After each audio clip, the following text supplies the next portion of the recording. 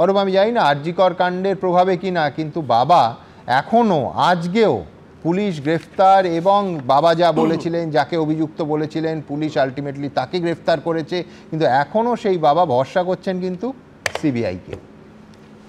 সুমন, যেই বাবার সন্তানের সাথে এই ধরনের একটা খারাপ ঘটনা ঘটে, সেই বাবার খুব স্বাভাবিকভাবেই মানসিক বিধ্বস্ত অবস্থা থেকে তিনি চাইবেন যে যত রকমের তদন্ত সম্ভব সেটা হোক, তাতে কারুর কোনো দ্বিমত থাকার কথাও না, এক্ষেত্রেও কোনো দ্বিমত নেই।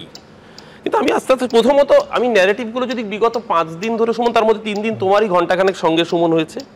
প্রথমত গ্যাং রেপ, একজন মানুষও যদি এই কাজ করে থাকেন সেটাও সমানভাবে নিন্দনীয়, যদি গণধর্ষণ নাও হয়ে থাকে। প্রথম নীতি, সেই ন্যারেটিভটাকে সামনে প্রথমে আমাদের সামনে প্রেজেন্ট করা হলো হিন্দু মুসলমানে।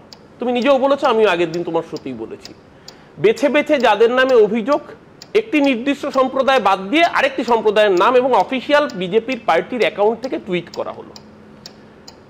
রাজনীতির ডিভিডেন্ড কুড়োনোর জন্য কোথায় কোথায় নামলেন আমরা তো দেখলাম। শুভেন্দু অধিকারী থেকে শুরু করে আমাদের রাজ্যপাল পর্যন্ত নেবে যা যা গরম গরম বিবৃতি দিলেন, সব ঠিক আছে।